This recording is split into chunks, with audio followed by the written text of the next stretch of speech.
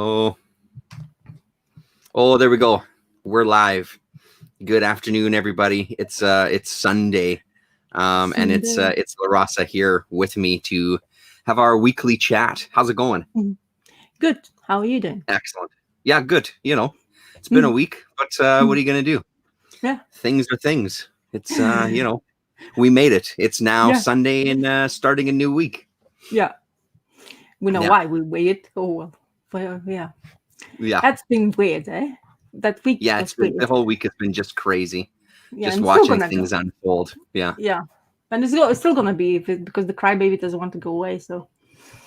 Oh yeah, I'm sure it'll drag out for a good couple of months yet. I'm sure that it'll be some drama before January hits. I'm not too worried. I'm trying not to pay too much attention. I have followed off and on, but I've really kind of limited because I know that it's going to be a lot of bullshit. So I'm kind of getting like little clips here and there without watching too much, just getting the general idea of things as things kind of unfold. But so what have you been reading this week? Anything exciting?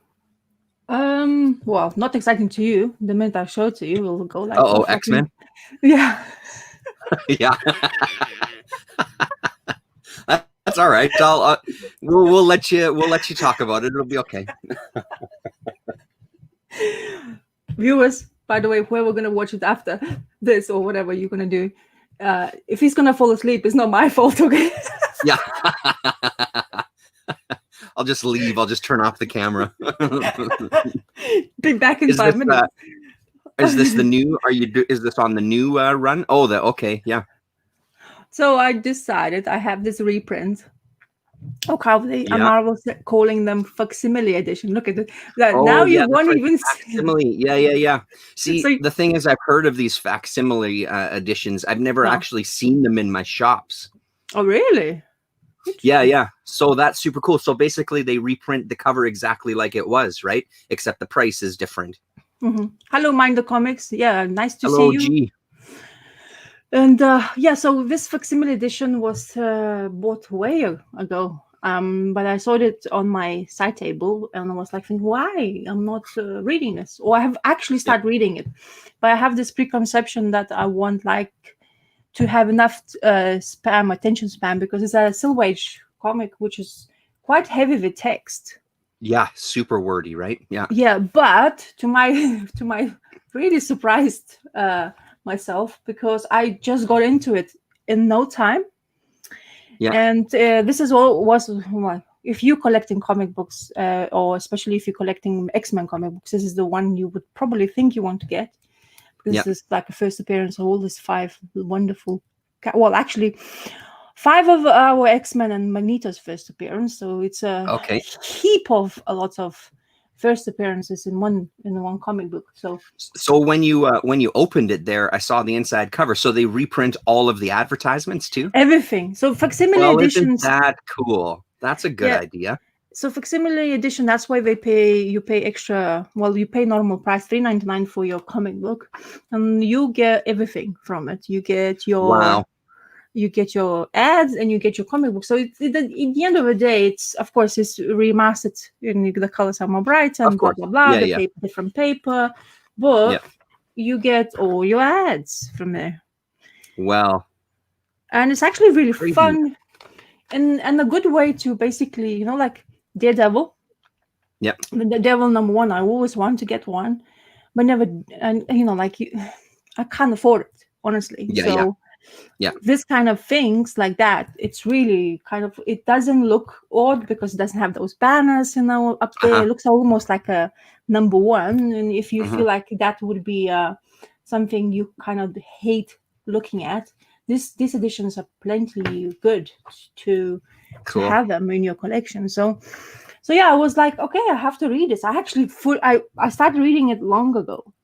Yep. And I know how it started and everything, but I never finished it because I was like, oh, it's taking too long and blah, blah, blah. But as I said, this time, I guess it was such a good timing for me. Or I was in just really good mood to read. And I started reading it. So you have introduction of these teens that jump in straight away into your Xavier school, and you see them. So basically, you see all 4 guys and in a wacky first appearance kind of costumes. But in a way, in that time, I think it still looked amazing, to be honest. So looks like he's pole dancing for Professor X there. What the heck is going on? Oh yeah, it has really weird, quirky sentences in that. This is Iceman. Yeah. He's usually kind of the youngest kid. He's like, I think, 16. Okay. So out of all of them, he's super young in comparison. Yeah. So you have Professor X, like sitting in his chair and thinking, and suddenly you have these kids coming in the town, and then basically and the you beast have looking more human than a beast, hey? Yeah, exactly. That's the Wow. whole thing. So the beast Kinda is cool.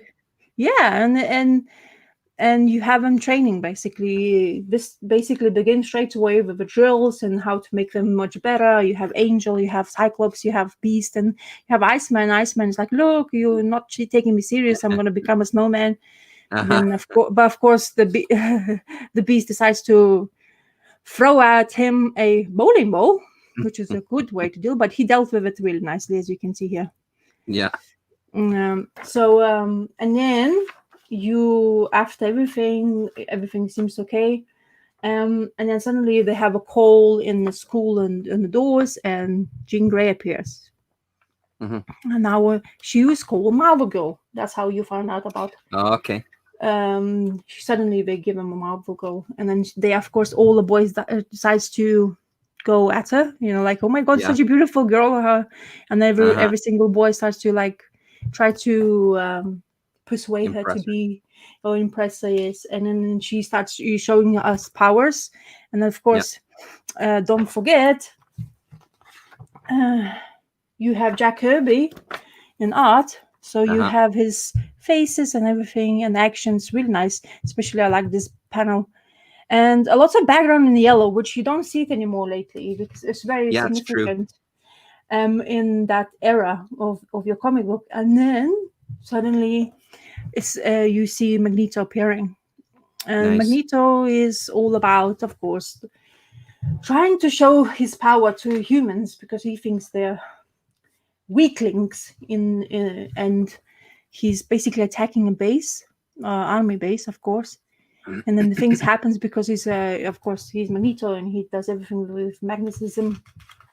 He can basically launch a rocket, which is, if it happens this day and age, that would be a scary moment anyway. In any time, actually, honestly.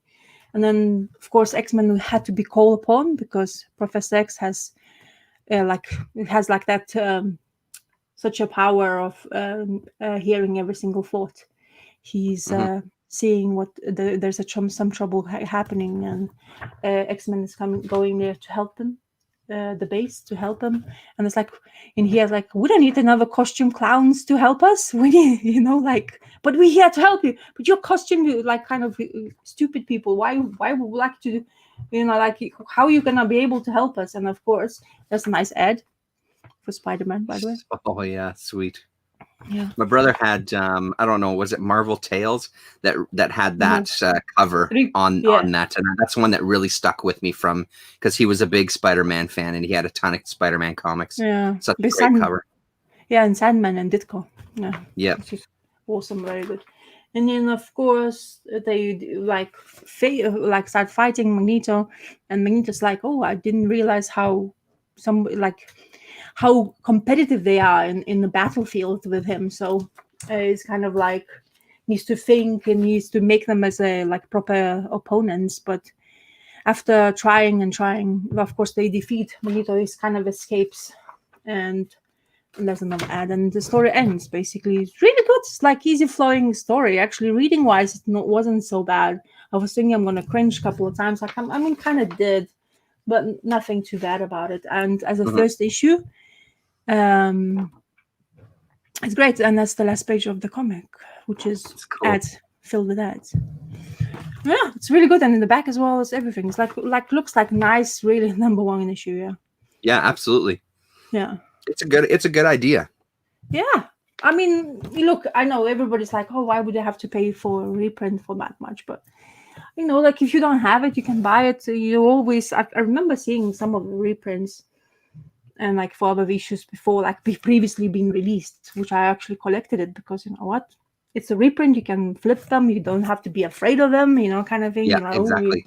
at the end of the day, you don't have to feel precious about that and something to read. And even to I could probably give to my son when he's not gonna tear us apart. But yeah. Yeah.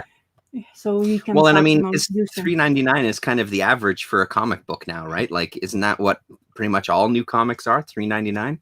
Yeah, or US? even more actually, to be honest.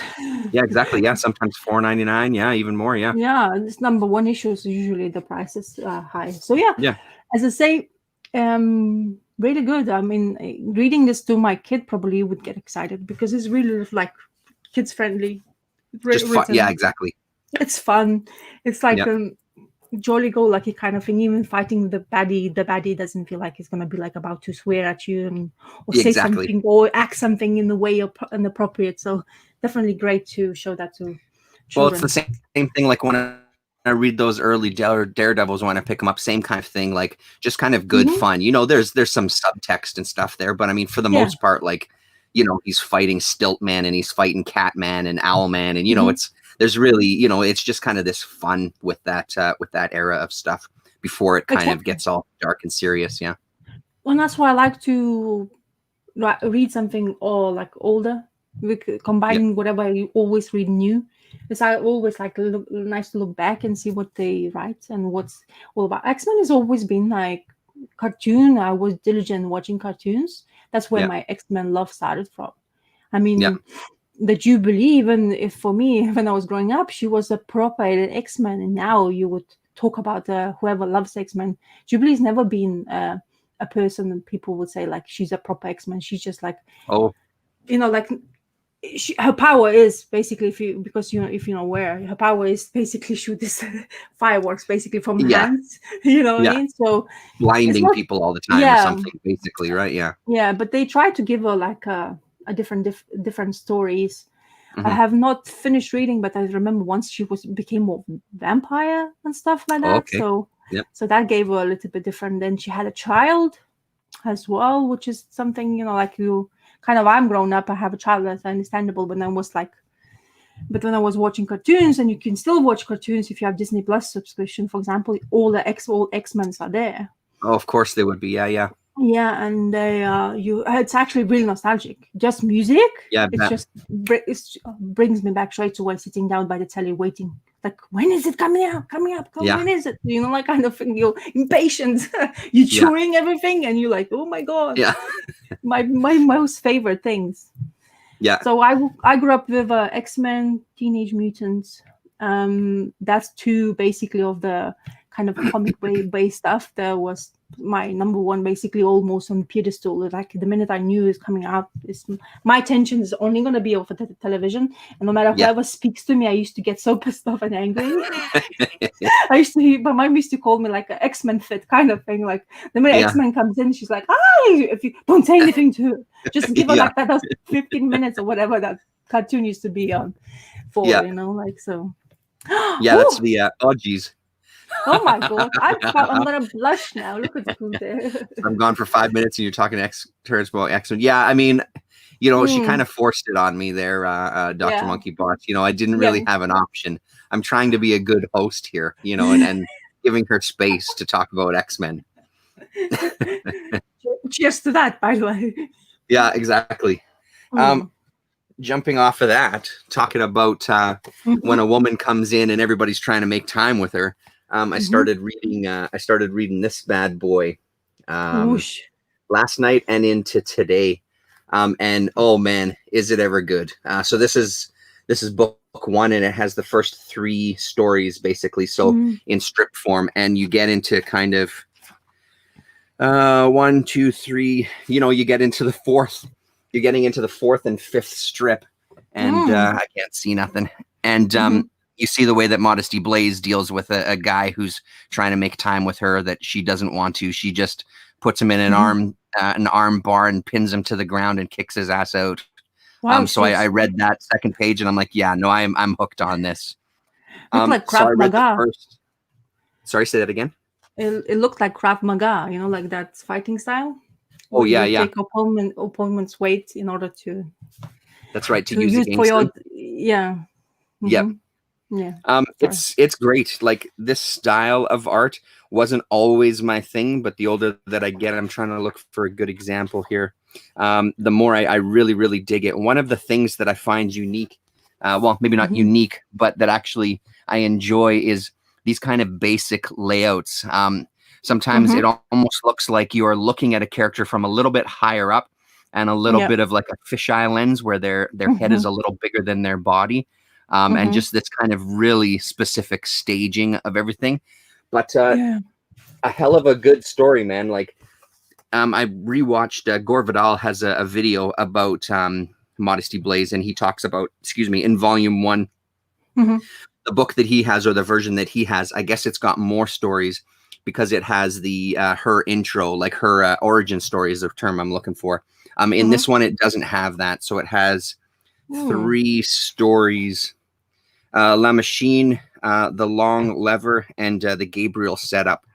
Oh. And apparently, the Long Lever, the second story, which I just started this afternoon, apparently has a little bit more of a downbeat ending, and Oh. we get a little bit of a taste of her partner, Mhm. who shoot, why am I blanking on his name? Mhm. Willie. Willie is his name.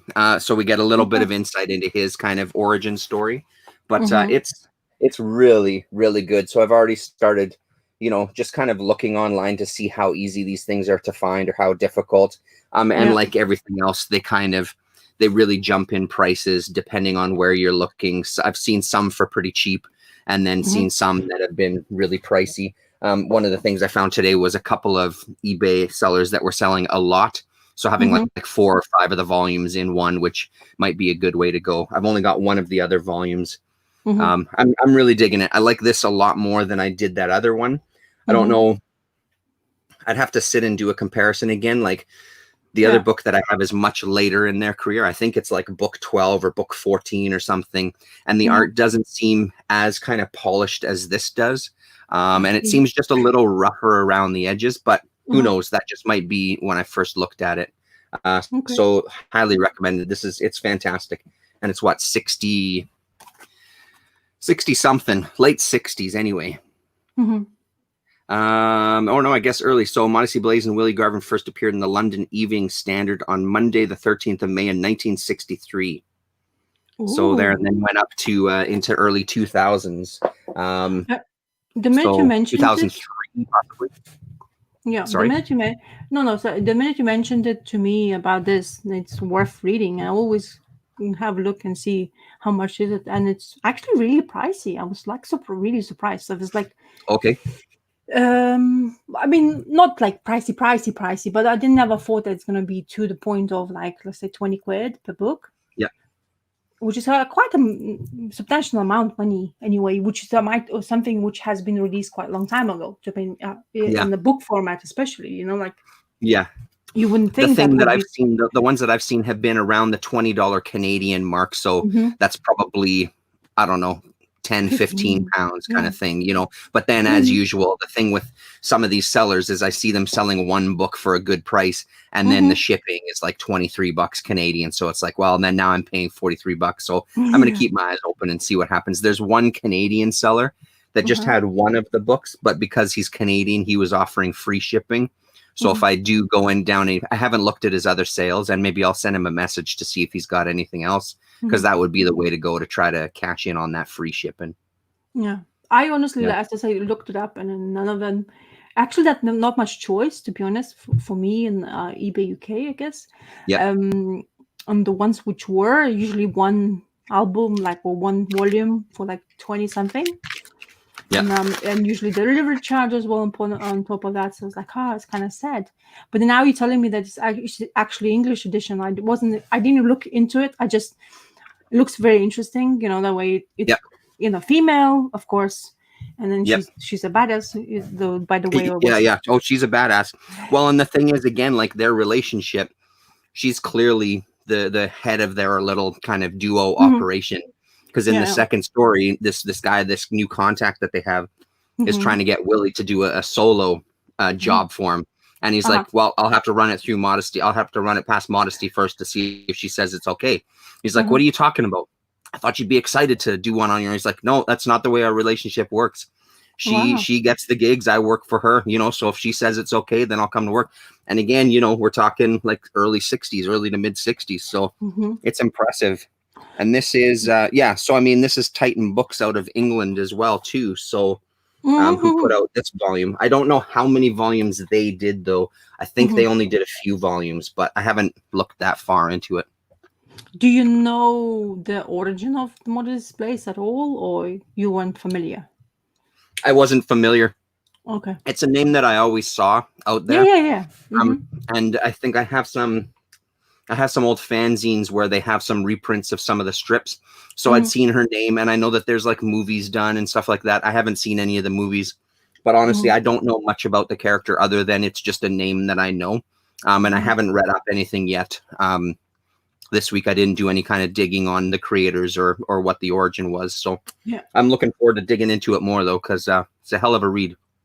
Well, while you were talking about, I was looking at, they had 5 vintage Modesty Blaze comic books, but in Spanish edition, and they like 40. They collection of 5 of them, and it's £48 for 5 of them. Wow, yeah.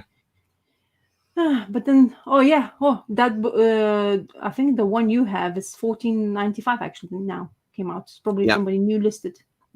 It's a new listing, because what's confusing for me and what I see in here is there's different printings. You see, there's volume 20. There's so many printings. It's like there's one in here, and it says Titan Books as well. And it says volume 24. Yep. Oh wow, okay, interesting. So maybe I'm wrong about that. I'll show you the picture if you can see. Oh yeah, okay. So that is Titan C, because I can't see. So maybe that's right then, because that it looks more like the volume that I have on the shelf, because they kind of changed the style, and I think the book is a little bigger too, a little bigger than this volume. And then I didn't realize that was also Titan Books. I thought it went to a different company. And I think this is just the comic book, American edition. Yeah, I saw some of those today as well. And it's like it's nice, but it's like, okay, so there's lots of things, but different printings, and it's kind of confusing where you start. Like, there's another one. Look, this one. Oh yeah, nice. Yeah, such good covers, man. It's called A Cry Wolf. Titan Books first edition large format paperback. So that's the one, though. If you want to get the Gabriel setup, is what that book one is called, and that has the first stories in it. Is it me, or it's probably only me? Every single time I hear Gabriel name, it's always for me in my head. It's like a religion. It's like Gabriel and big wings all the time. Like, somebody makes you mention the Gabriel name, is like, angel with the wings. That's it. Yeah. I don't know why it's associating me with that, but I guess there's a good friend of mine is Gabe Daniels. So that's who I think of when I hear Gabriel. I always think of he's on our weekly bowling league team. So. Oh yeah, you have your. What else did you dig into today besides X-Men? Anything else? I did the Judge Dredd again. I haven't finished it. It's the same, like the same art, anything. But I find out that you're gonna put me on the spot. I assumed you were gonna. Yeah. No, but I basically I had to finish the story about that T-Rex and how the judge is gonna deal with it, because that story I was talking to you about, this is the one I finished, which is called Black Sabbath. That's such a great piece of art. Yeah, and it's the same that Mike McMahon. I butchered the name basically. So I found out how the judge is going to basically try to deal with him, and it came to like basically confrontation between him and lots of people and the T-Rex, and they were a Satanist, exactly. Enigma, that's his name. Satanist, wow, yeah. That's what they call him. And then the confrontation happened, and where they tried to basically blow up the building, Nick's building, to basically bury him alive. And I'm going to make it very short. Basically, what happened was they thought they succeeded it, because when the blast came through, it was like such a big blast. And basically, our T-Rex got buried underneath the rubble, and everybody's celebrating. Judge Dredd is leaving. He's done his job. He's continuing to his Mega City 2 in his tasks. And then, spoiler alert, our T-Rex is still alive. Bleeding, Of course. but Of course. alive. And in here it says, he'll be back. The world had not seen the last of the son of an old One Eye. The Satan is then chained. So that's how the story ended. So it's really good. I also, like I said, he actually was. This T-Rex story was one of the most memorable, to be honest, for me, because it just felt like manipulation with the DNA. I guess that kind of thing was attractive to me, and but generally the background of the T-Rex, and just such a vicious creature, which stupid humans decided to make it live again. And yeah, so I started reading the Loser's Leap, this next story here, but unfortunately I got completely distracted by that side DIY table I was making. That it's kind of crushed. It's going really smoothly and really well, that table. Yeah. Oh yeah, that's the one.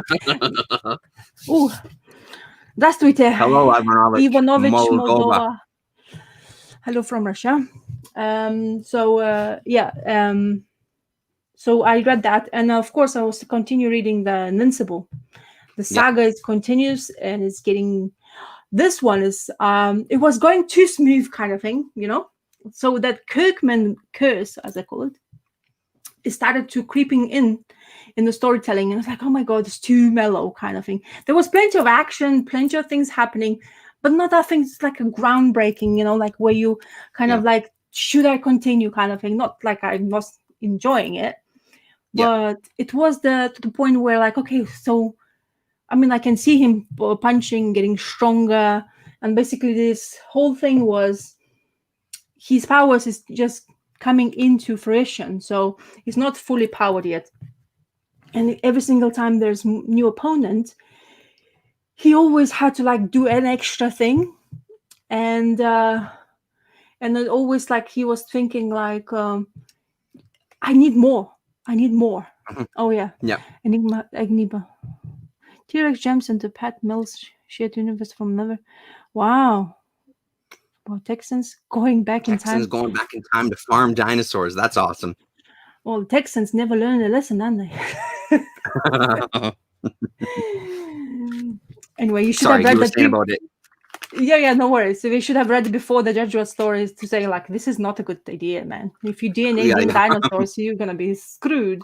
Anyway, you're gonna be fucked. Yeah, exactly. Yeah. So with Invincible, he basically, as I say, wanted more power, like strength, because every single time the Viltrumite has come to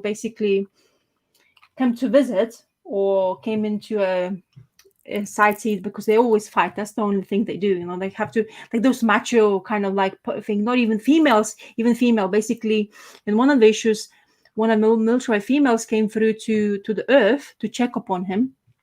Yeah. Surprised the hell out of him.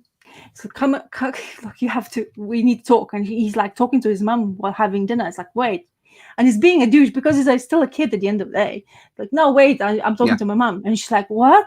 And she gets really pissed off. And you have those anger wrinkles coming in, like to this edge point. And you're like, oh my God, she's going to shove him. And mom is going to fly to one direction. He's going to fly to another direction. This is bad. But of course, his mind prevails. They shoot off. And basically what she does, she beats the shit out of him. And he's like, but I'm strong. I know I have. I've been exercising. And then one whoop, and then he flies like miles. Hilarious. And then he's like, after that confrontation, because his timeline is etching close, because they keep on telling you have to do you have to prepare the Earth people to become taken over by us. Because the only thing what they care about apparently is resources of the earth and then fuck off. And they don't care about the people, anything. But that's the whole point, like we are the power, we take whatever we want and we fuck off. So if you're going to be standing there in front of us, we're going to just, proper kill you. And he was almost to the point of like no return, to be honest, the way she was beating him up. Mm-hmm. So this quest is happening. And then his employee or government employee sends him to things to do, and he's giving those bad guys back to them. What he doesn't know about those government decides to employ the bad guys to do their own bidding. And suddenly Invincible finds out that whatever he was doing for them, whichever bad guy he gave him back to them, they employed it. And he got really pissed off.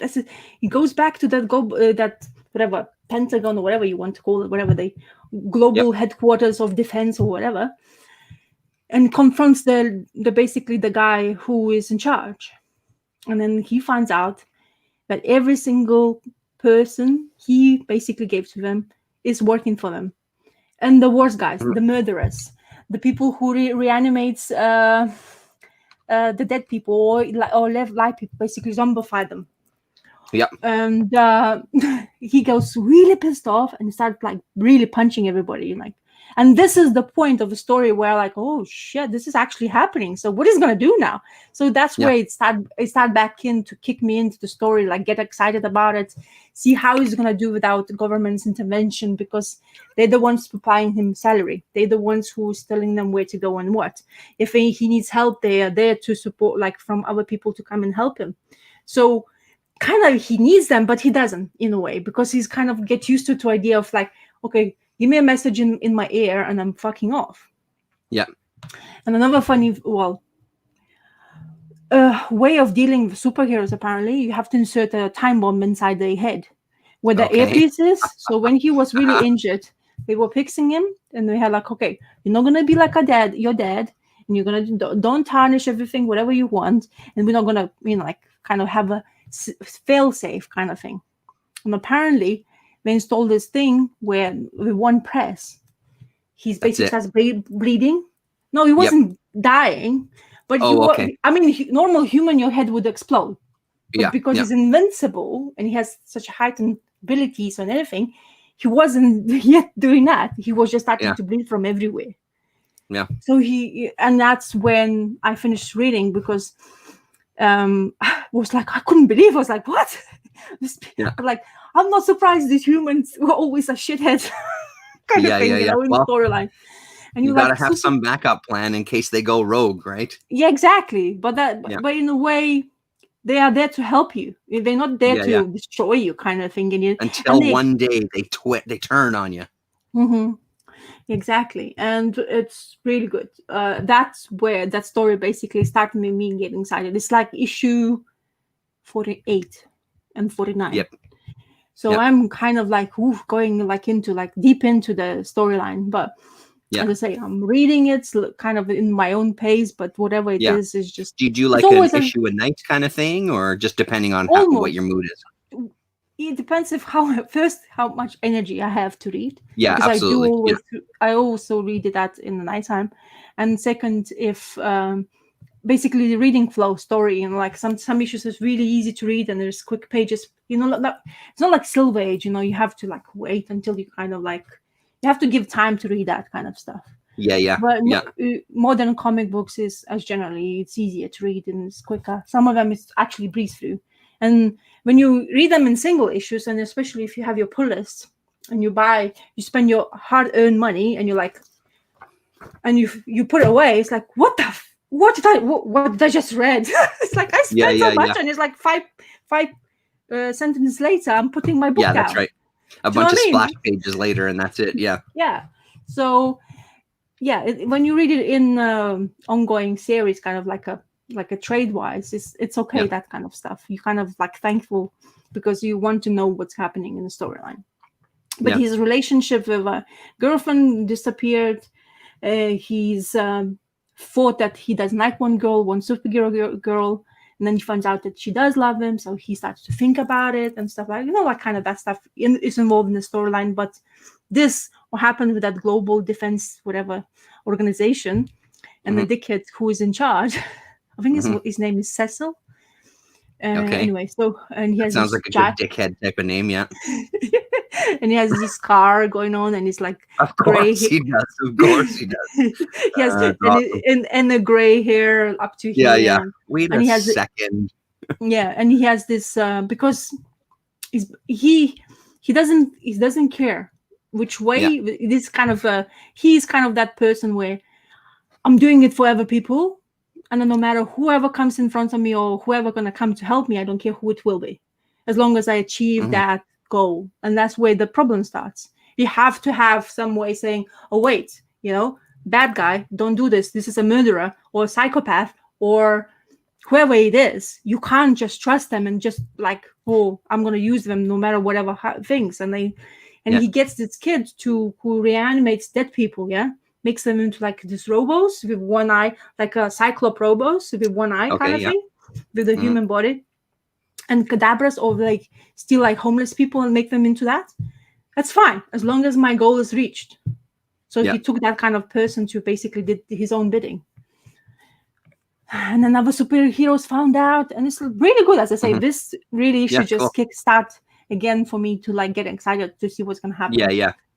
So, sometimes those in-between issues where they just have to kind of do some housekeeping and keep the story going a little bit. Those are sometimes can be a bit of a slog, especially with a long-running series. Oh yeah, I also read the X-Men book as well, but I don't have it here because I read it digitally, and then something happened to my file. I had to tell Comixology something's wrong with my file, which I paid for. Just the file just for that book, or it caused a lot of issues? No, I start reading it, and actually I thought my tablet is something's wrong with my tablet. It started to flicker. I was like, this has never happened to me. And I was like, I start panicking because it's my tablet at the end of the day. I don't want to replace something which has cost me that much. And I just downloaded something, or it's just like, it's available for you too. And I started flipping the page, and it didn't flip. I just started doing this thing. And I was like, that's weird. So anyway, I couldn't finish reading. And it's one of the new X-Men books because they were on sale or something. And I just wanted to... I mean, I didn't pay a fortune, thankfully. That's why I would be even more pissed off if that would happen. But I just started reading it and you couldn't finish reading. And it was one of the... I had, as you can see, or hear, I had an X-Men kick. So I had to fulfill no doubt, I think it's because I was reading this and then got really kind of like excited about it. It reminded me of all the things and stuff. Like, so I was like thinking I'm going to dabble in something Hickman written X-Men, because he's usually the one I kind of go for. I mean, this recent run on X-Men wasn't too bad because it was Hickman for me. I mean, a lot of people like Dr. Mockingbird liked it a lot. It's actually writing really good because he has it feels like he knows what he's talking about. And especially if you are well versed in the lore of X-Men, there's so much what happened throughout the years. It's easy to pick and choose whatever you want to tell. And it seems to be he's the right writer to do so. Because Hickman is, it seems to be he's meticulous when it comes to the history stuff. And he can feels that way. Yeah, and when he writes something down, it's like, I forgot about that kind of thing. Or if you know that, especially, it's actually really rewarding because then he knows what he's talking about and why is he using that in the comic books. Well, and then it drums up. I'm sure it drums up business for those old issues too, right? So people dive back in and buy some of that stuff. Chaos, I do dabble, unfortunately, because I don't want to commit too much of my money into Marvel's pocket. Hello, Mr. Gretzky. But hello, Mr. Gretzky. It's my ongoing story of like, oh, should I get it or should I not get it, kind of thing? Because I enjoy X-Men in generally, but I remember picking all those X-Men versus Avengers and all that bullshit, and I used to get so pissed off about it. So that reminds me of like, oh no, I shouldn't do it. So I'll just dabble. Dip your toes in. No, the problem with modern comic books for me is all that event stuff, which has been everywhere all the time. Even though Hickman, I like Hickman's writing, I wish he would be actually doing Black Monday Murders rather than X-Men, but unfortunately he's doing that, I guess, because that's a paid job, and there's something happened to the artist of Black Monday Murders. Oh, really? That's why What do you mean something that happened to the artist? Health-wise. Oh, I see. Okay. So that's why they stopped. Maybe as he'd far been as I canceled remember. or something. Yeah, I don't think he canceled it. I think it's just unfortunate events happens to somebody and they had to not do it. And then he committed. And then he committed. Yeah, sorry, I'm listening to you. Yeah. And he committed to somebody like doing, I guess, X-Men. But because they let him, because what he was doing in that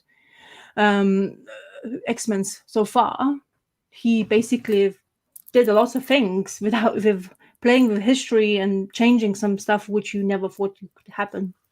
Like the island of Krakow, the living island, which X-Men have, where they live now, the haven and stuff like that. And then bad guys and good guys work together, which is kind of unseen for, because you always had the bad guys like Magneto and your all the other bad guys, which I'm just blanking now. I don't know why.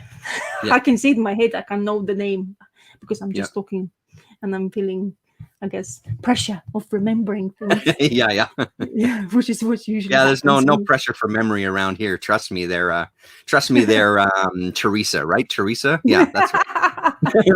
Yeah, exactly. So the other thing, I was just because you mentioned Hickman and kind of dying, not Black Monday Murders and stuff. When I was putting in my collection, like I finished pretty much putting my whole collection back into the CLZ app. And one of the things as I was adding stuff, I don't know did you ever read this Hickman, The Dying and the Dead? I read first issue. Dude, so good. And I didn't realize, because it had such a crazy schedule. I've got the first 6 issues. It actually went 9 issues. So I'm missing 3, but it was one of those books that I think the first one came out. Oh no, it has it. Oh, that's what it was. The first 3 came out in 2015. And then like 2 years later, number 4 came out. I think is what that says there.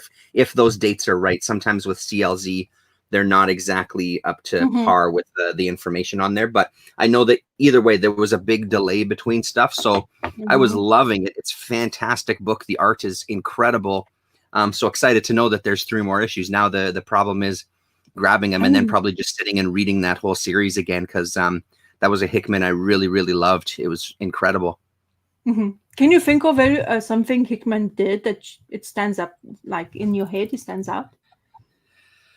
I mean, that would be the one, because I mean, as soon as you were talking about him, that's the one that sprang to my mind.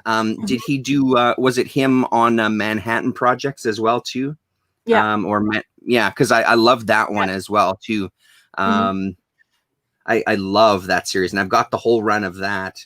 And I think that was one I was buying. Maybe it was coming. Maybe it was on the shelves. Yeah, Manhattan Project. Oh, no, it looks like I'm missing just like 2 issues. Yeah, so that was 2012, I guess. And I mean, one of the things that stands out about that series for me is just like the cover design and stuff, right? Like Hickman with his classic kind of design background. It was great. And then Patera, the art in that series was incredible. The second one they had was Sun Beyond the Stars. Was the spin-off, and I don't remember how many issues. I've only got the 1 issue of it, but I think that was kind of like I don't know if it was going to be a volume 2 or if there was only just a couple of issues. Yeah. Let's see. Oh, it looks like there was 4 issues, so a 4-issue series. So yeah, I haven't dug into that one, but those are the 2 that jump out for me with Hickman. What about you? For me, surprisingly, it's Fantastic Four. Okay, yeah. He had a chance to do Fantastic Four, and it was a good Fantastic Four. It made me excited. That's what I heard, yeah.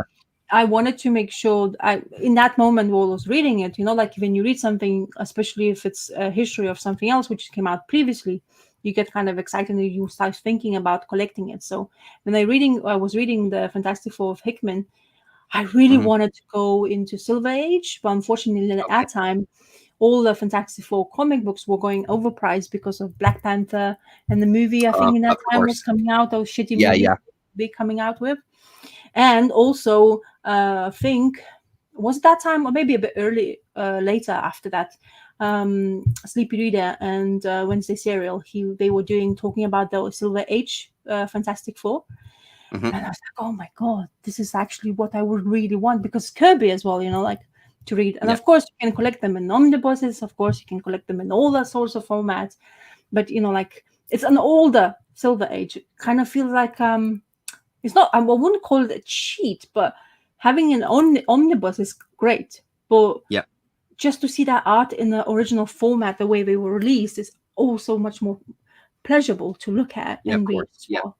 So anyway, but in generally, it's very exciting. The storyline he picked as also introduced you to me more to her Fantastic Four, what my idea was of them, because I have read their issue, but I wasn't really into kind of like the whole thing understanding. And he used in that time he was using his son, the kids and the brightness of the kids, and apparently one of his kids now in history is actually mutant, which is funny.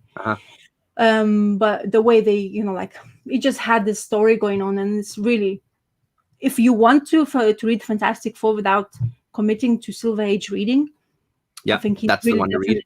Yeah, I think so. I think it's really great to understand the team as itself, who they are. They're not going to be as cocky, or not cocky, but like those Silver Age tropes of the females being like, oh, you stand away, I'm the man, I'm going to go and do my thing. You wait and cook the dinner for me. You're not going to see that. Do you know what I mean? It's not modern day storytelling. So yeah, I think he's really good of doing something big. Hickman, I think he sure is.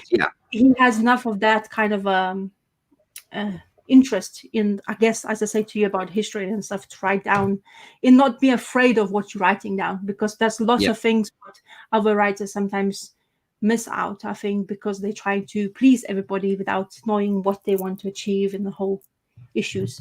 And you have those memorable writers like him, per se. I think he will be known for sure in history of that, because of what he can. Yeah, he feels like one of those guys for sure. Yeah.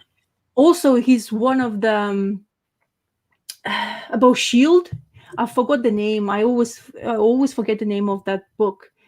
But he was producing it in the same time while Avengers, his Avengers run came out, and that was such a good read. It was better for me than his Avengers run, and I didn't care. I didn't know anything about all those Shield characters, like your what is this? Coulson, and all that agents. Yeah. But he made me care for them in that book, and I was like, "Fuck, come on!" Like almost like the same thing what DC has done with the name of blanking out. Gotham City, those detective Gotham things. City Central, yeah, that's the one.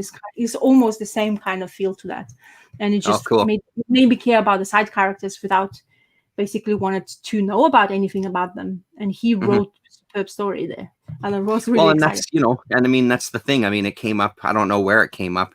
Maybe in a chat that was watching some live stream, and maybe in a chat probably with Gore Vidal. That's the thing that for me ultimately it's got to be a story, right? Like story is a story is a story. Like if you're a good writer because you're telling a good fucking story, it's fine that you want to delve into the history. And I remember it was because it was the show that Chaos and Comics was part of too, and they were just talking about like mainstream and the kind of having to keep that timeline and having to maintain that history and the Bible of the character and all that kind of stuff, which for me for the most part is a bunch of horse shit. That's really kind of, it ties your hands to some degree. I get it. And I understand that you can tell some really good stories. I totally get it. It's just personally for me, I don't find that as exciting. And I think ultimately though, because story is secondary for me anyway, art is kind of first, but if there's going to be a story, I just want a good story, and if that means that it's a good story in a universe taking care of that history and following everything that's come before, or if it's completely ditching all that stuff, it's just got to be a good story. And Hickman seems like one of those guys. I guess it's debatable, right? How long-term view he has on things. I feel like he's got a good long-term view of what the story is going to be, the overarching thing, and how it's going to tie up, and planting seeds throughout and that sort of stuff. So well, I do. I can understand sometimes in my head. I think in a way I can disagree with what you're saying about the history and stuff, and you Yep. attach to it.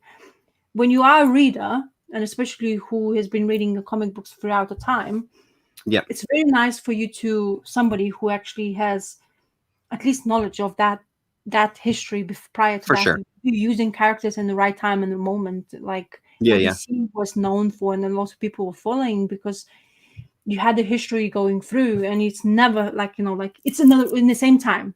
Nothing is beyond there, like why he's disappearing, why this character is not appearing in the story mode because of that and that. But then as a reader, it's kind of rewarding in a way because you kind of get excited. Totally. Oh, I understand what is this place is all about, kind of thing. Yeah. So knowing if they could at least follow some time, but not chaotically doing everything all over the place, because at the end of the day, they still do have their universe. It's nice that some of the things can be tied over to it. I'm not saying completely commit 100%, but that would be crazy because sometimes your head just goes, I don't know, I'm not the writer, but in my own head, what I'm thinking is, oh my God, did I think about that? Who's that person? When is that person went to? Who he met? Who he spoken to? Kind of thing. That's crazy. But yeah, if there's at least that the same year we're talking about, not jumping from time to time to another time, like lots of people complain and they, sometimes you just simply say, oh, it's past or present or future. It's not so bad. It's not demeaning to the story, but it's actually easier for us who is reading to understand where we are at, rather than us guessing where we were, kind of thing. You know what I mean? So yeah. No, and trust me, it's not a hill that I would die on by any stretch. It's just that I just don't feel that it's necessary. Like it just feels like there's some people that are adamantly against it. And for me, I like the idea of taking a character and kind of playing with that a little bit. Like I know that you reading this book right now, the history, and I know that. So what we're going to do is we're going to just assume all of that, not refer to it, but then we're going to take this character that has all this stuff tied to it, because obviously just like a human being, the history is tied to that character. So then you can just fuck with that and you can play with it and put them in different situations, or tell a more pointed story, knowing and kind of inferring all of that history as opposed to kind of directly relating to it. And I think, like I said, specifically in that chat, I don't want to quote anybody because I don't remember precisely, but I think the general impression from some of the people there was that they feel that that's what you have to do when you're dealing with Marvel and DC characters. You have to kind of have that timeline, and you can't do that because that doesn't stick with blah, blah, blah. And I like I said, I totally get it. It's just not for me. I don't find it as important, but I do understand, like David Simon, like The Wire, like Brubaker's Criminal, those kind of things. There is payoff for people that have followed the entire time, and you can drop these references to characters that showed up on the docks in season 2 of The Wire, and then you do a throwback to that season and in season 4 or whatever. Like it's phenomenal. It can be rewarding, so I totally get it. But I just want a good story. I just want someone to tell me a story. It's ultimately what it is, and have a lot of kick-ass art. And I would say have the kick-ass art first, then tell me the good story afterwards. Yeah. I think it's important mesh together for me, but also if it's art which unfortunately doesn't appeal to me, I kind of push it away and look something which really going to strike it to me. So but you never know, kind of thing. Sometimes I was reading some of the things, I don't remember what it was. Oh yeah, even the say Invincible. See, the artist actually changed quite quickly, and I did say to you about the Invincible, saying that he's probably gonna come up sooner or later. But actually, he was starting to write this comic book from issue 8, as far as I remember. So I was surprised because I didn't see the change, but actually I saw improvement. So I thought, weird. But then I read a bit more history about that, and it's like saying when this actual artist came through, and the new artist came through quite early in that time. And I was like thinking, wow, this is actually really improving. The action scenes really improving, less staticness, and it's what really he's done really well. This artist is that when you see the action scenes, it flows. Kind of thing, one punching, and they do those classic, one punch, and there's those letters coming into the frame, or crack or whatever, like your name, like crack or something like that, which is perfect. And I think it just gives you that exciting edge to the comic books, what they can be, to me especially. So Totally. Did you read anything else? I mean, these are the two that I'm kind of anxious to tell you about, because they were phenomenal fucking reads. Oh. And I don't say that lightly. And I mean, I guess one of the things that I'll say is this kind of, so I mean, taking this one, for example, this Dracula, not that I dislike the Dracula story, not that I dislike this type of stuff. It's just not something that I would go to. It's not something that, you know, Tales, what the hell was the Tim Burton movie about Dracula? Anyway, great movie. It's not something that I'm like dying to see another Dracula story, but this was fucking exceptional. It was really, it was beautifully, the art was absolutely incredible. Can you tell me the artist? Sorry. The artist is Fernando Fernandez. Oh, that's a good name. Oh yeah. Yeah, that is a good name, right? Yeah. Yeah. Fernandez. Easy to remember. Yeah. Fernando Fernandez.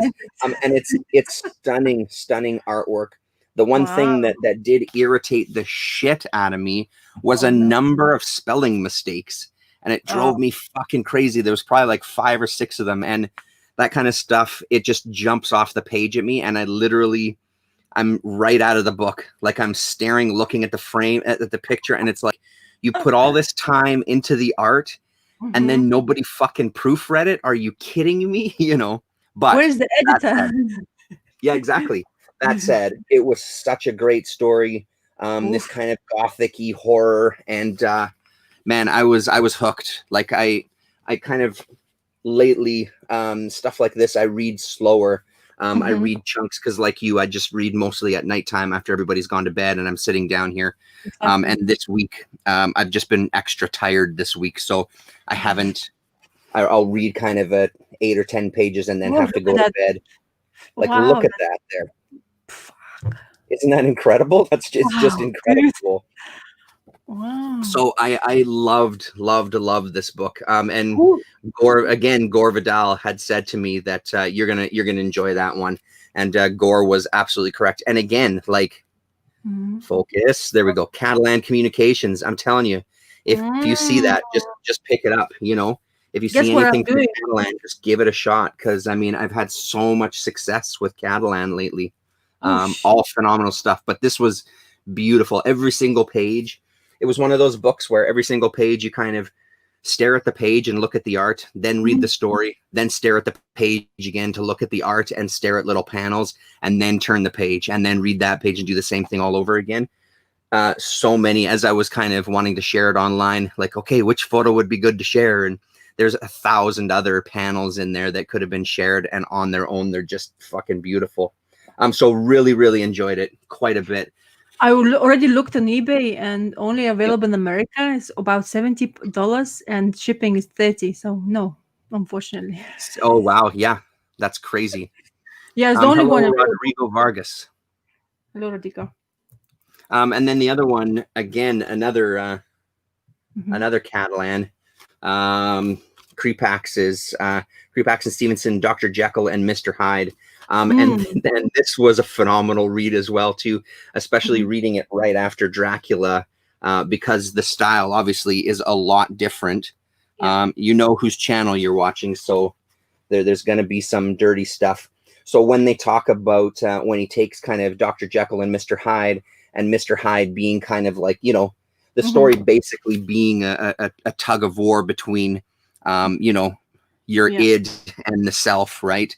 So when Hyde takes control, it's page after page of just perverse, you know, kind of imagery and stuff. Hello. But it was so good.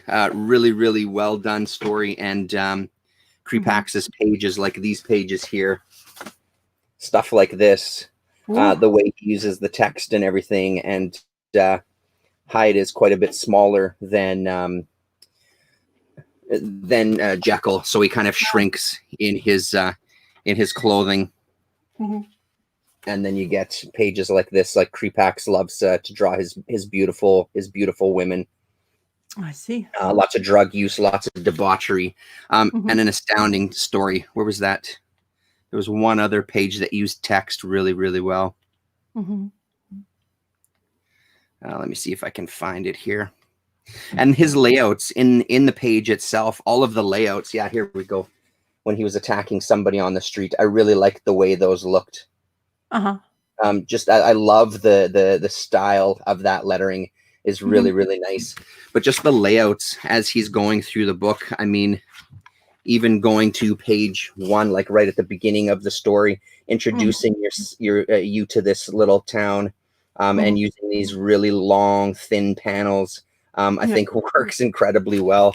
There was a couple of moments where the reading itself was a little difficult with the way the panels were laid out, because you'll get a section where one panel's here, one panel's a little bit higher, but you're supposed to read, and it kind of had these arrows between the panels. So it was a little rough every once in a while, but overall it ran together beautifully. Like a page layout like that is really nice as well too, with just the keyhole being kind of the focal point of the page. Fantastic stuff, like really, really phenomenal. And again, it makes me want. I've only ever bought that first collected Creepax book. I never got any of the other volumes, and it makes me want to look for some of those other volumes and give them a shot and dig into those as well, because that first volume is phenomenal. But again, like, it's this album format that just is so good. For sure. And again, just for the comparison of just a comic, so there's kind of the size difference, right, of the album compared to just a regular comic. So it was really great. And then this one, I haven't finished it yet. I'm only kind of 12 pages into it. It's the Robert E. Howard Pigeons from Hell, and it's terrifying so far. It's literally, I was reading it late and I was kind of half asleep, and I literally had to stop because of this page here. He's sleeping in this house, and he hears a noise, and when he looks, I don't know if you can see it, there's somebody hiding right there in the black at the top of the stairs, and there's a bit of a close-up image over there too. And one of my biggest, deepest fears is someone being in the house while I'm in the house, or coming home and somebody like creeping around a corner. David Lynch did it really well in a couple of his movies, where I think it might have been Lost Highway, where the camera kind of floats through the house, and it's this person that's in the house. And it's just an absolutely terrifying thing for me, the idea of someone in your space, like in your house where you feel. So that scared the living shit out of me, and I had to close the book and go to bed. So I haven't finished reading it yet, but it's really good so far. And then it also makes me realize that because I read that Blood Star, which was also Robert E. Howard's story, and this is Robert E. Howard, really great, like really fantastic. I like his writing. And in this one, I guess I didn't realize that he had also dabbled into horror stories. Not much, granted, but it's really well told. And Damien suggested a Conan story maybe to try out. So I may go for it. I want to show you the book I'm gonna probably read now because of what you showed for Jekyll and Hyde. Just give me a second. Okay, yeah, sure, yeah. While you're doing that, I'll keep chatting, because Gore Vidal just sent me a photo here. See if I can turn this, Joe, for those of you. Oh, Ross is back. So just while we were chatting, Gore Vidal sent me an email. So I'm going to go big screen. Oh, that's actually really good looking one. Yeah, focus camera. Yeah, it doesn't seem to. Oh, there we go. Oh, yeah. That's Look at that sucker. That's phenomenal. Okay, no, I want that one. Because usually they look horrible. Whoa, look at the size of that. Yeah. Gigantic. So that's cool. Yeah, very nice. So I've never read this, which is very stupid. So I got this long ago, called Cursed Pirate Girl. Oh, it's wow, yeah. Collected edition, volume 1. And this is Jeremy Bastian. He's one of the greatest and one of those really, really good artists for black and white. Yep. And look at this art. And then you start showing the Jekyll and Hyde book. I was like, come on. It reminds me of something. And then just this comic book jump in. It's the first, it came in the comic book form, not the trade form. Okay. And the first book, Oh yeah, that's cool. yeah, it's really good. First edition or comic book Okay. is overpriced because I think they were thinking to do a movie, I presume, or it's just such Fucking a. movies ruining everything. Well, I'm not sure. Don't quote me on that. Basically, Yeah, no, but for sure. Yeah, yeah. I It wouldn't think surprise me though. low printing as well, I think, is another Yep. issue. Because the popularity this comic book apparently gains after that, like after releasing quite a few of them issues. And then, but it's a beautiful art. It's clean, black and white, but those Yep. lines and attention to detail, it's there. Yeah, it looks great. Yeah. And unfortunately, I can't tell you what it's all about because I haven't read it, but I just wanted to share to you a couple of pages because I think this is my next reading. Yeah. It deserves my attention. Yeah, it's published by Olympian Publishing. I've never heard about it. Yeah, no, doesn't mean anything to me either. And it's really nice publishing. I mean, for trade paperback, it's really nice. Mhm. But yeah, it looks very much like kind of a fairy tale storytelling kind of thing. Yep. Feels to it, like it, like that kind of feel. But the pages are so busy. Wow. So I was just gonna say that is a dense, detailed page. Yeah. Oh, look at that one. I'm gonna spoil it for myself, but anyway, I'm gonna show it to you because it deserves attention. Look at this. Oh, nice! Wow. You see? Yeah, totally can. Yeah. Yeah, stunning. Super cool. Yeah. So I like the kind of caricatures of the people as well too. Yeah. Even design of the page flow. Look, it's take into account on anything. So yeah, and it says what is this? Recommended, blah blah blah. Does it say anything about it? Adventures on the high seas lead cursed pirate girl to encounter mythic creatures, gnarly, crusty pirates, and ghostly apparitions in a whimsical, swashbuckling tale of wonderland journeys in imaginable dangers. So, sounds like something I should be going and reading it. So yeah. What made you pick that up? Was that at like a comic mart or something, or it was just kind of on a whim? You saw it on the shelf? No, I saw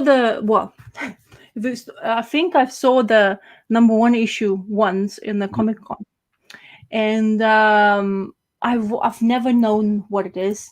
Of course, it wasn't as expensive as it was afterwards. Oh, hello, Gore. Hello, Gore. We just showed you pictures of the Swamp Thing. Yeah, which is lovely, by the way. Such a great figure.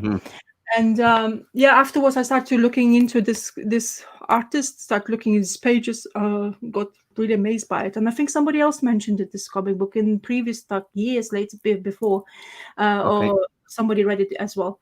But yeah, I'm looking forward to it because, as I say, pirates, ships, it's really attractive to me as well. But look at that. I mean, when you draw a proper ship and stuff, I mean, oh, come on, man. Look at this. Really it's great. Beautiful. Yeah, and it's I really like it. You know, the details are great. You don't get lost in the kind of translation in the way of people are saying. But yeah, we're looking forward to reading it. I'll definitely tell you if it was as entertaining. And the guy's doing everything. Nothing. Nobody got involved. He self-published, I think, as well. So that's why I think it's so rare and pricey if you find it, especially if you find a signature of his. So yeah, Jeremy's A. Bastian. So yeah, it's not a name I know. Well, yeah, I'm gonna definitely report to you and then tell you how excited. Yeah, no, please do. Yeah, so you remind me of that, showing me in that the Jekyll and Hyde. Yeah. Looked like like those sketch lines in black and white. I was just saying, Gore, just before you got here, I was just talking about the Creepax, the Jekyll and Hyde, and the Dracula book, and saying how much I absolutely loved both of them.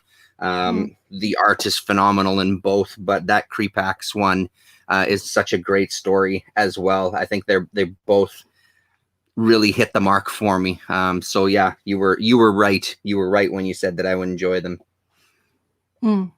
That was all that I read this week. I didn't read that much. I was gonna start in, like, I even have it out of the bag ready to go. I was gonna start in with Evangeline in the 12-issue series, but I just didn't get around to it.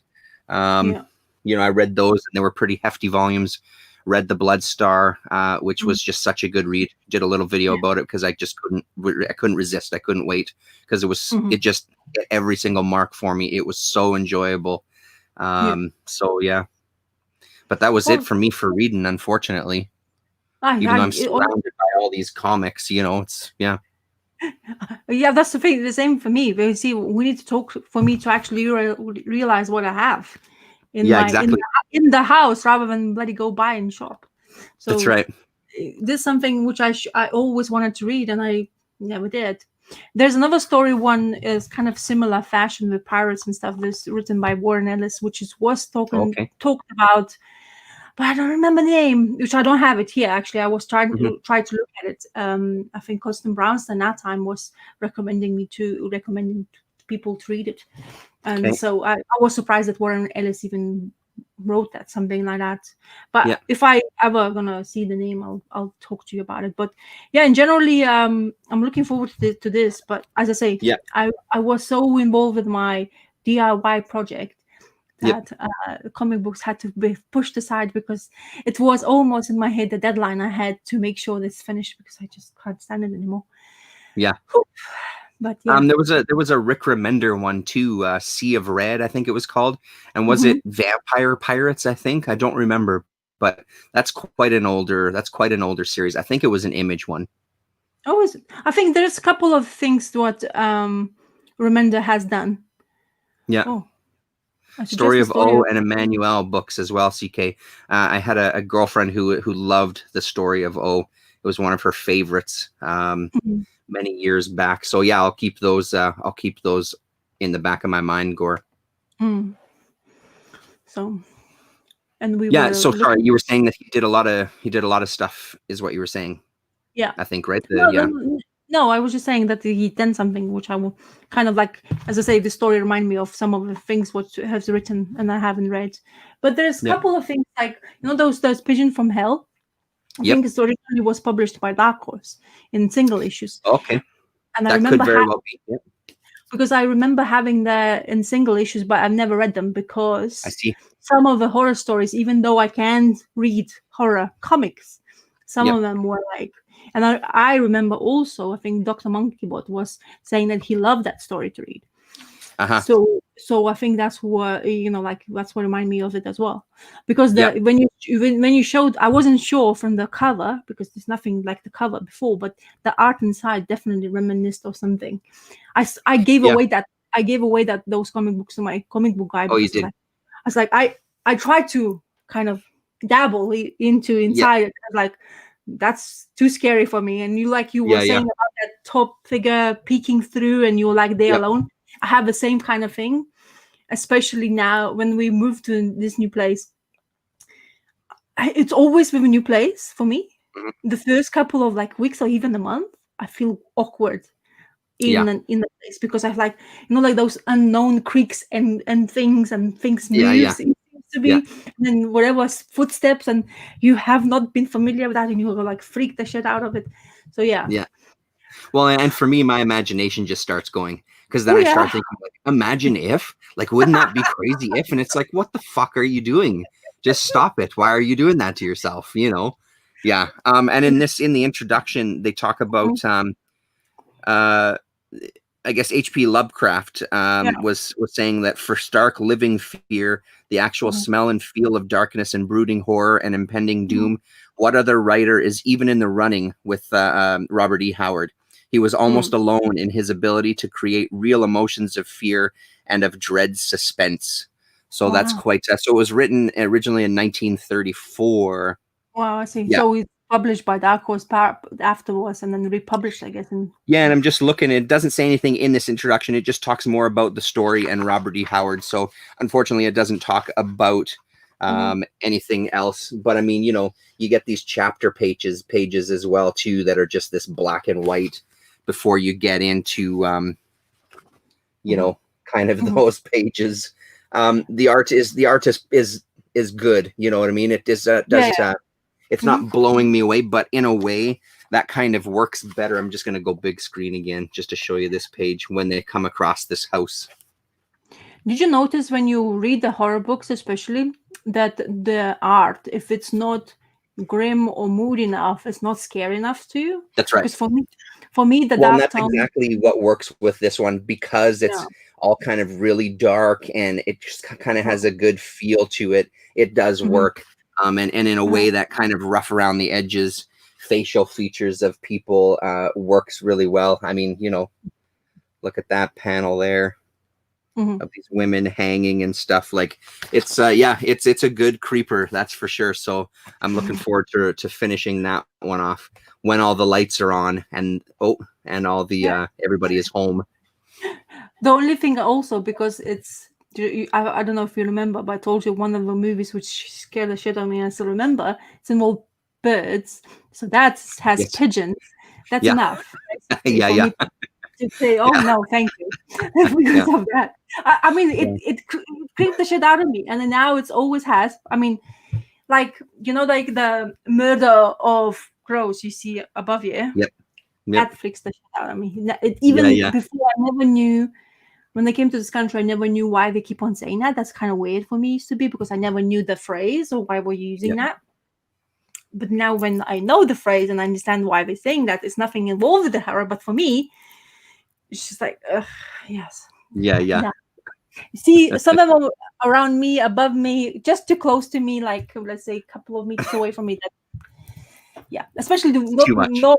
Yeah, and once I scared myself so much because I saw one on those old school telephone booths in England. You don't Yeah, see oh them yeah.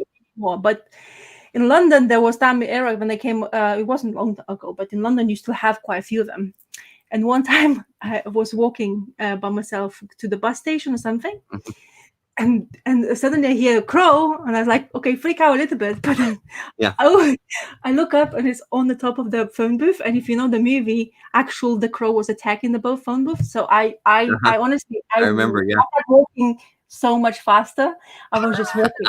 It's like, Yeah. I think I even passed the bus stop. I just wanted to just go, kind of thing, from the area, Yeah. because this is how much in effect that happened to me. You know what I mean? So yeah. Yep. Crazy. What's Gore saying here? On the rewind, I did see you talking about Modesty Blaze. Jim Holdaway, the original artist, died a few years into the strip, which led to various artists drawing. Well, there you go. Drawing the series. Okay. Peter O'Donnell wrote them. So then that makes sense then why in that later volume, because again, I haven't pulled it off the shelf, why it looked different. Mm-hmm. I'm really liking it, Gore. I rewatched your video as well, too, where you talk about it. And unfortunately, her origin story in this volume that I have, wherever I put it, right here. In this volume that I have, it doesn't reprint her origin story. It just has 3 stories in this one. And I think maybe you had said it was the 4th story in that volume, maybe, that you were showing. But anyway, I'm really enjoying the volume. So another one I'm glad that I found. Mm-hmm. What else do I have on the reading pile? I have this on the reading pile. That was the good thing about going through the box. Did I show you this already? This Whisper, this ninja? Yeah, okay. That's on the reading pile. But again, I just haven't dug into it. And I found a couple of amazing heroes in my boxes. This one with Rick Veitch from Swamp Thing to the Turtles and Beyond. So I'm looking forward to digging into that one. And then I found this one in the boxes too, Elektra, Bill Sienkiewicz, with a phenomenal cover by Sienkiewicz as well there. So those I kind of pulled out. I think I only have 4 issues of Amazing Heroes. And I think maybe all of them came as a gift from a viewer, a Canadian viewer. So I'm looking forward to digging into those. That was the Fantagraphics offshoot where they dealt mostly with superhero stuff. So they had their comics journal, and then they did Amazing Heroes that was more kind of superhero. Yeah. And Gore is saying best place to begin reading the series is by picking up any of the trades by Titan or First American editions, as long as they're drawn by Holdaway. Yeah, cool. Yeah. Good advice. Yeah, because we're wondering while we're talking about it. Yeah, how you start and what you do. Yeah, I think some of those scripts, I think that's the beauty with some of that stuff. You can pretty much dive in anywhere and get a good sense because they just kind of are in these little stories. But you know me, I do like starting from the beginning if at all possible. So it's good to see right from the introduction. There's one movie which is, I never know the name of it because I'm that kind of retard when it comes to Yeah, names of movies. But Jack Lemmon, do you know Jack Lemmon, the old school I guy? do. Yeah. Yeah. Yep. So he made a movie where he was a comic strip artist. Oh, He was okay. living in New York with his wife, and every single time somebody talks about comic strip, it's first two things comes up in my head: the uh, Calvin Hobbes, Okay. that strip, which is Yep. fantastic. It's all about Bill Witherman. Look, I remember Yep. the names. What's going on Yeah. here? And whatever strip, I've forgotten the strip now. But by getting too excited forgot about other thing. Wow, that's me only. Anyway, so because he was an artist and he was only doing those like 2 or 3 panels, and he used to be Mhm. doing in newspapers. So it's such a hilarious old school movie. It's well worth it because whatever he has to come up, and it's only scene happens in his New York apartment. It's like Yep. rich, a guy who is like the most like a bachelor kind of thing, has a girlfriend, but girlfriend, like because he's a bachelor doesn't matter because he was in the gentleman's club and Yeah. all that stuff, and how things happened when he got married with somebody by mistake, Italian chick who doesn't speak English words, Yeah. becomes the wife of his, and then his life just tumbles around. And the art in that strip movie, it's so beautiful. Yeah. Wow. It's like, oh my god, I would like to. And I found out that an actual artist existed, of course, and he was famous for doing strip in newspapers in America, Mhm. comic book strips. So yeah, if you ever gonna type in Jack Lemmon I'll definitely check that comic out. Yeah. strips and comedy with him, it's such a fantastic old school movie. It's Cool. hilarious. It has those, I don't know, that charm of that era of that comedy. Yeah. Jack Lemmon is famous for being that facial expressions and stuff, Yeah. and how it was. It's just beautiful. He And was one of great. the English actor, the only thing I remember is mustache, and he has a gap between his teeth. That's the only thing I Okay. remember about him. He's an old school artist as well, the actor as well. Really good. He was a Yeah. butler of his, and he's actually basically telling the story. It's such a Okay. hilarious thing because he has an accent. He's in New York and blah blah blah, and he's like a butler. And it's kind of like that kind of hilarious trope to it as well. But Yeah. anyway, so yeah. Cool. So Yeah. I love that. That was the other thing that I didn't mention when we were talking Modesty Blaze. They did a bunch of novels as well too, or O'Donnell wrote a bunch of novels as well. Again, it feels like, it's just interesting after all this time, especially you and me talking, Rasa, like our mutual love of Miss Tree. It's just so great now at this point to have discovered all this other stuff that was always out there, and kind of started to read these other things and seeing kind of like, now seeing very clearly the lineage of where Ms. Tree came from, to some degree, like what came before Ms. Tree and what kind of works with those kind of stronger female characters. Like, it doesn't matter at all which novel you pick up because O'Donnell does a masterful job of updating a new reader about characters and past events. It's amazing how he does it. Cool. That sounds very promising, Gore. Now I want to read I have it. a feeling I'm going to dig into that. Bloody hell. Yeah, no, it's just cool to be at this point now and seeing like that, not that I ever thought that Miss Tree was a one-off by any stretch, but it's great to seeing that history of these types of characters and in these kind of worlds, especially this one, like more of kind of sort of espionage, but she kind of works on her own. Obviously, I'm still early days, so we'll see what as I get further in, what her history unfolds, as he kind of unveils where she's come from and what she's done in her past. But I love that passage with Willie just kind of turning down the job and having to basically go to Modesty. I thought that was great. I thought it was phenomenal, especially considering it's the second kind of story where it's just like, oh, here we go. So I can imagine at the time reading it, like this female character is like, oh, here we go. So now they're going to abandon her and then he's going to do it. It's like, no, we're not. I'm going to ask her if it's okay if I do this job. I thought that was really well done, really well handled. Yeah. Now you're talking about it, I actually kind of stopped thinking about Velvet. I think I want to reread, which is a surprise because not usually my new comic book reads are actually wanting me to. But I remember the panels. Steve Epting, so do I. He did a phenomenal job in creating An that. unbelievable job. Yeah.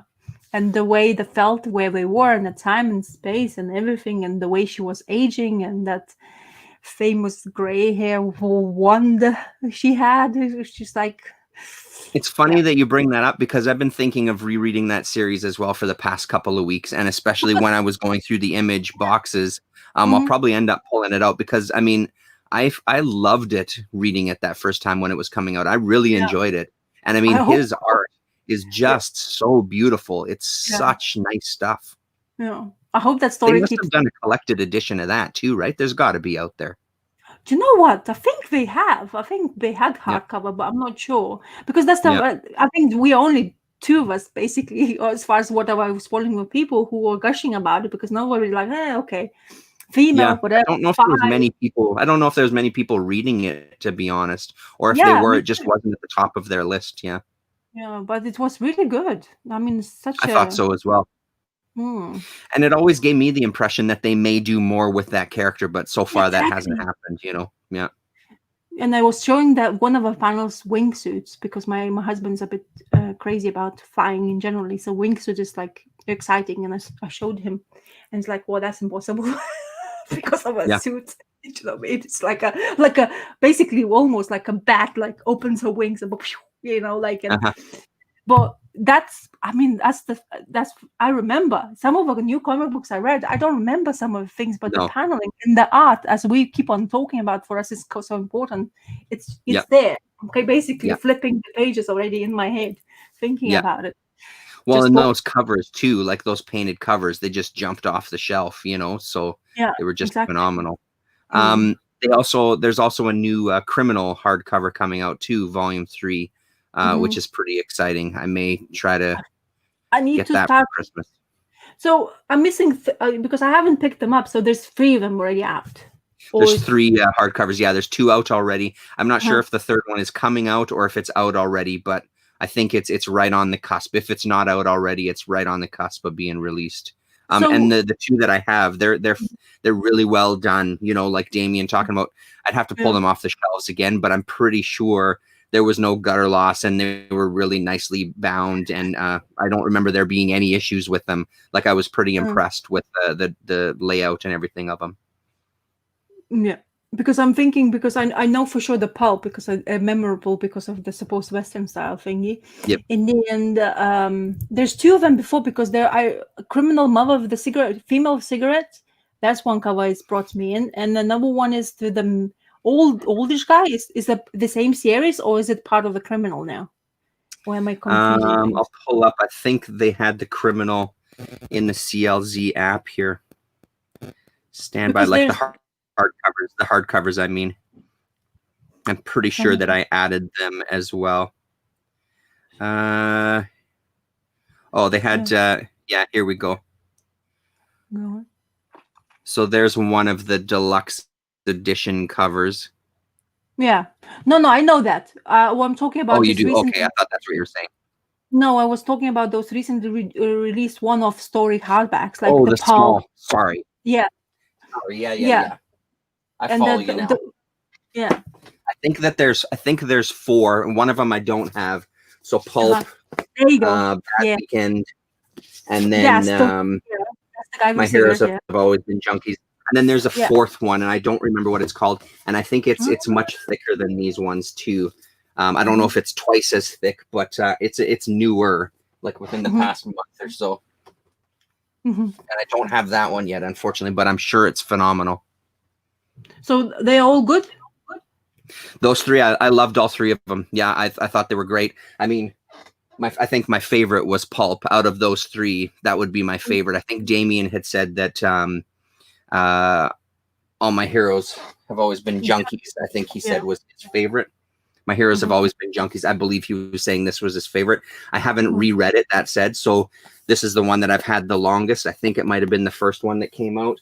And I should reread it now that I've read those other 2 so closely back to back, because I loved those other ones. Okay. I mean, you know, but I'm just so predisposed to enjoying the stuff they put out that they'd really have to miss the mark. And I think the only one that has kind of missed the mark, because I still to this day haven't finished it, was the one with the guy going out and basically becoming a serial killer. And the name of it, I can't even remember what it was. Killing something, or what the hell was that one? What, the one you just showed it to us? No, the comic, the series that Brubaker did, the guy with the hood. Oh yeah, That what? I have it. was Give killing me a or second. something. Give me a second. Give me a second. Yeah, Kill or Be Killed. She's gone, but for those of you at home, let's see if she comes back with Kill or Be Killed. And I was just saying that I didn't really dig it. Yeah, there you go. Jackio, hello. Fucking stupid things. Sorry. No, that's fine. As soon as you stood up, I remembered it. As soon as you walked away.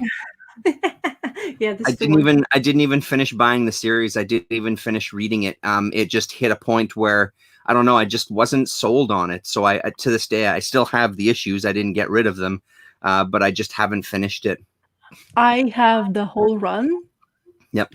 And I haven't read it yet. Yeah.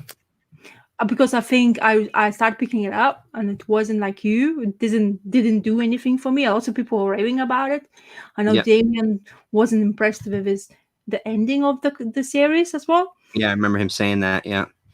Yeah, but see, the thing for me was I was really liking it at first. I was liking it quite a bit, and it's one of those things that because I have such faith in them as creators, I was willing to let some things go. But it just got to a point where, like, I was still enjoying it, but all of a sudden, it would be the new comic on the shelf, and I'd be like, I can pass that one.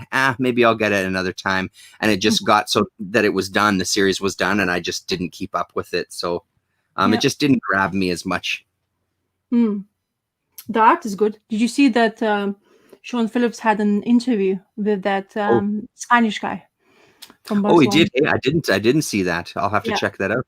Yeah, because I know you like him as an artist. So. Yeah, definitely. I wanted to watch it, but as I say, my DIY project has completely lost me to anything else. I was surprised, like, because it's one thing you don't realize doing DIY while you have a 2-year-old running around you. It's not something you should even kind of consider, to be honest. But you have to be really vigilant to what you are doing, and your attention span, it's like minuscule. So, I said to you about I had the plan and everything. So child runs around, you go, oh, crazy. You forget your plan. You sort your kid out. Everything is fine. Everybody's happy now. Go back to doing that and completely forgot what the plan was. That was my fucking week. That's how I had to deal with stuff. Yeah, well, that happens. It was hilarious, to be honest. But But yeah, one of the Brubaker's, it's not always Brubaker's stuff is, I mean, for me, it blows my mind up. But it's like I probably should read this all up because if I have the whole run, surely I should go and have it, like, give a chance again and see, maybe I'll be going crazy about it. But all those other hardbacks looks really neat, to be honest, and you don't commit too much because you say one-off stories inside. So and honestly, they're quick reads. I think it's a really smart format. Like, that's the other thing. Like, my interest, like in like with the kayfabe guys videos, my interest in the business side and the fact that they're at a part in their career where, I mean, they made their own deal with Image, which is already a company that kind of is an amazing company just creatively and what they do for creators' rights and stuff in general. But then giving them a contract where it's like, you do what you want, you do it when you want it, you do it in any format that you want it. And they're like, okay, well, we're going to do a series of hardcover books.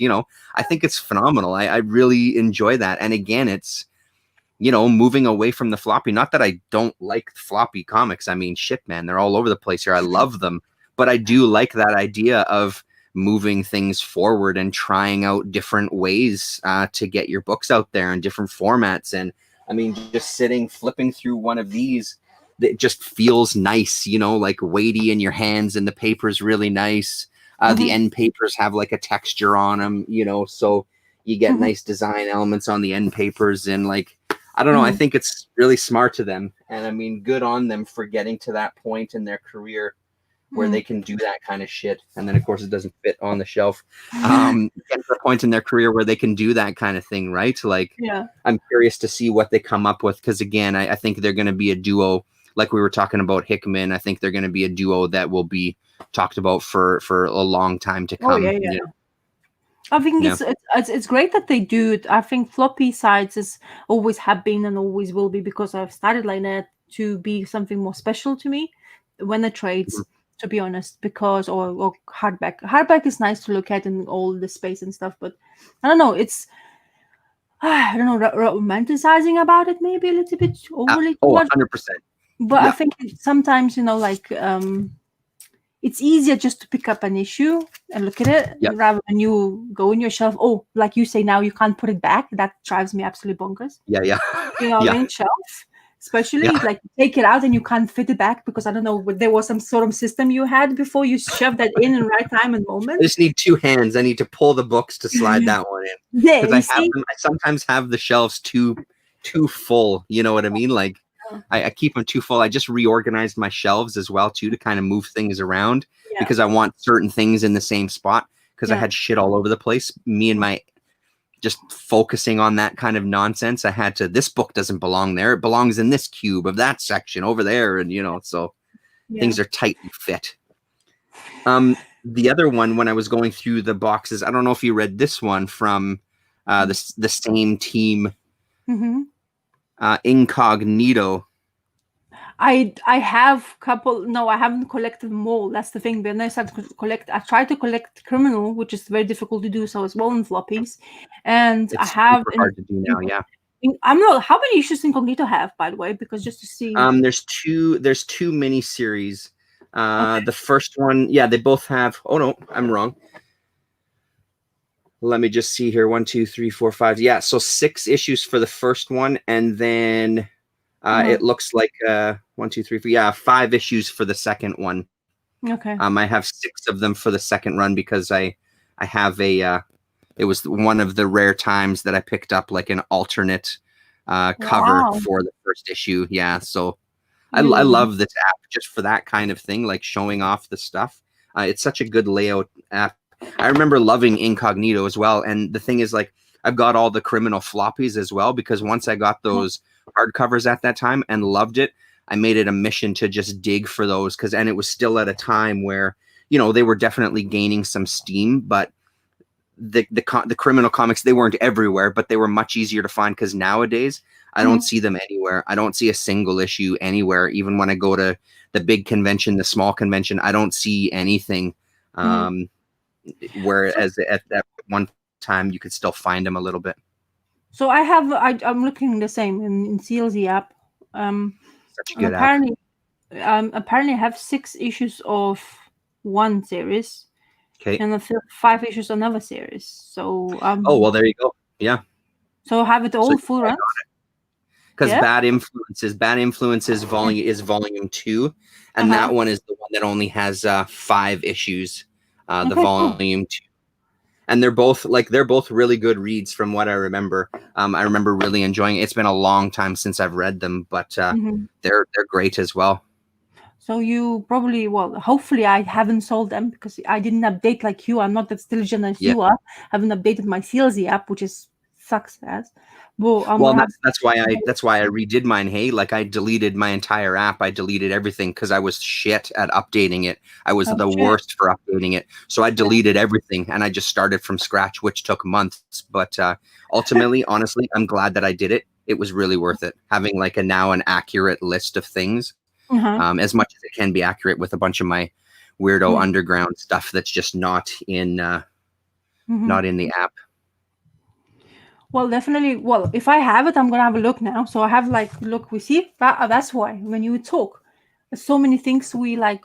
You find your stuff from your things. I find my stuff from my things. Yep. It's perfect. Honestly, this is gonna be on my reading list. I guess. Cool. Maybe I'll dabble in that one, and then I'm gonna pull out Velvet for sure.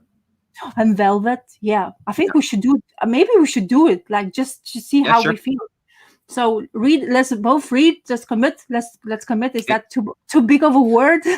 Oh God, no. Yeah, no, it's totally not. Let's talk about, like I'll try to, like I said, my reading, I don't know what it's going to be like this week. Each week is different with work and stuff, right? So I never really know what's going to surprise the shit out of me. But let's try to at least read the first 2 issues. And then we can talk about that. So let's set it moderate and then see where we go from there. Well, yeah. If we read more, I'll continue probably reading. But Yeah. yeah, let's just go with 1, 2. That's a good commitment. Like Well, and just, the same thing. If I do more, like we'll check yeah. in during the week. If I do more, and we all of a sudden Yeah. talk about the first 5, we'll do that. But yeah, sure, that sounds good. Let's do Velvet then. I'm actually surprisingly excited because I'm going to read detective comic. Yeah. It's makes me giddy kind of thing when I Yeah. read anything detective. I'm like, Hercule Poirot, the TV series. Oh yeah, I Like, do. Yeah. I mentioned this is like my Bible on a TV series. So like if I need something Excellent. to relax, this is the first thing I go, Hercule, give me something to think about. kind of Yeah, thing. yeah. My parents loved that show. My parents watched it all the time, and then they also watched. There was this PBS series called Mystery, and I think that was British stuff as well too. And they watched those religiously. And I just remember the theme songs, and I remember them all the time from when I was a kid. So Gore Vidal is agreeing with us. Velvet is good. Yes, we knew you were a good man, Gore. We knew it. So talking about the TV series, Hercule Poirot, actually John Malkovich, if you know him, of course, as an I actor. do, yeah. One of the famous series they did is ABC Murders. So he remade it. Like he acted as Hercule Poirot. It's actually, I didn't know that.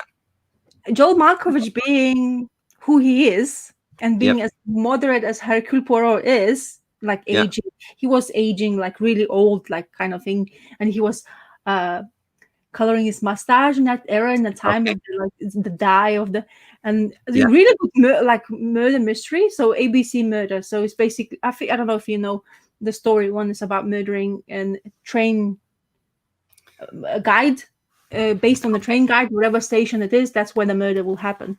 I see. Okay. And the murderer, who was, if you haven't watched it, it's actually really good because the way he really gets revealed, you don't really realize that actually he could be a murderer because the way the person has presented themselves. So yeah, John Malkovich doing Hercule Poirot. Who knew? Eh? So. Yeah, I know. I don't know that. I didn't know that he did that. That's cool. I'll have to check that out. Gore is saying he watched Mystery as well as Upstairs, Downstairs. Maybe, which I know the name, but I haven't seen it. I know the name Upstairs, Downstairs, but I haven't seen any of that. Oh, well, now cool. I'm gonna have a look. This is intriguing me enough. Yeah. Because I like those. I British TV shows. Oof. They can do it, British man. TV shows are it, man. I've been watching so much QI this week because there's so many episodes on YouTube, and I fucking love it. It's so enjoyable. It's so entertaining. It's so funny, and then there's all these little nuggets of information, and it's just such an enjoyable kind of half hour, 40 minutes. They also have the QI XL on there as well too, so the extended episodes, which are like what, 45 minutes or something like that. So really, really great. Loving it. Dangerous Liaisons, favorite Malkovich. Yeah. The more crazy. So next week, Velvet. Next week, Velvet for sure. Yeah. Let's do it. Yeah. Cool. Let's chat a bit. We'll end this and then we'll chat a bit off of this. Thanks very much for tuning in, everybody. It's nice to see you all. Gore, always a pleasure. Jack Yo, thanks for tuning in. Jack Yo, yes. Who else did we have? Chaos and Comics, Mr. Gretzky, Rodrigo Vargas, Dr. Monkeybot, of course, making an appearance. I did send him a link just in case he was feeling a little itchy, but I guess not. Enigma Vibration. Exactly. And of course, Mind the Comics, who was here right at the beginning. Thanks very much for hanging out, everybody. And we'll see you next week, probably 2:30. Right on. Like a queen. Wee.